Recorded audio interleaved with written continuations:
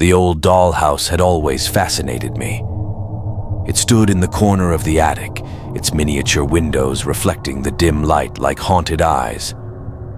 Every time I passed it, a shiver ran down my spine, but I couldn't resist its eerie allure. One stormy night, curiosity got the better of me.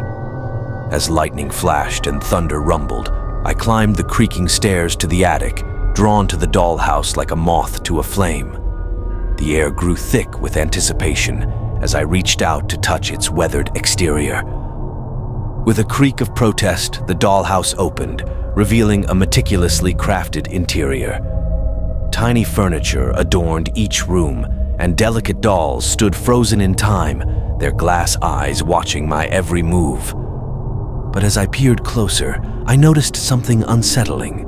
The dolls' expressions seemed to change, their smiles twisting into sinister grins. Ignoring the unease creeping up my spine, I reached out to move one of the dolls.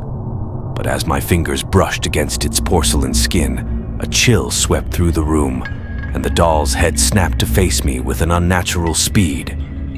I stumbled back in horror as the other dolls came to life, their tiny limbs moving with a jerky, puppet-like motion. They surrounded me, their glass eyes gleaming with malice, as if they resented being trapped in their miniature world. In a panic, I tried to flee, but the attic seemed to stretch on forever, the walls closing in around me like a suffocating embrace. The doll's laughter echoed through the darkness, mocking my futile attempts to escape. As I stumbled through the labyrinthine corridors of the dollhouse, the rooms began to warp and shift, twisting into grotesque parodies of reality. Each turn led me deeper into a nightmare where the laws of physics no longer applied and time seemed to stand still. Finally, I stumbled upon a room bathed in an ominous red light. In the center stood a towering figure, its eyes glowing with a malevolent intensity. It was the master of this twisted domain, the puppeteer pulling the strings of my torment. With a bone-chilling cackle, the figure lunged forward, its outstretched hand reaching for me with a hunger that chilled me to the core. I closed my eyes and braced for the inevitable, but as its icy grip closed around me, I felt myself being pulled back into reality.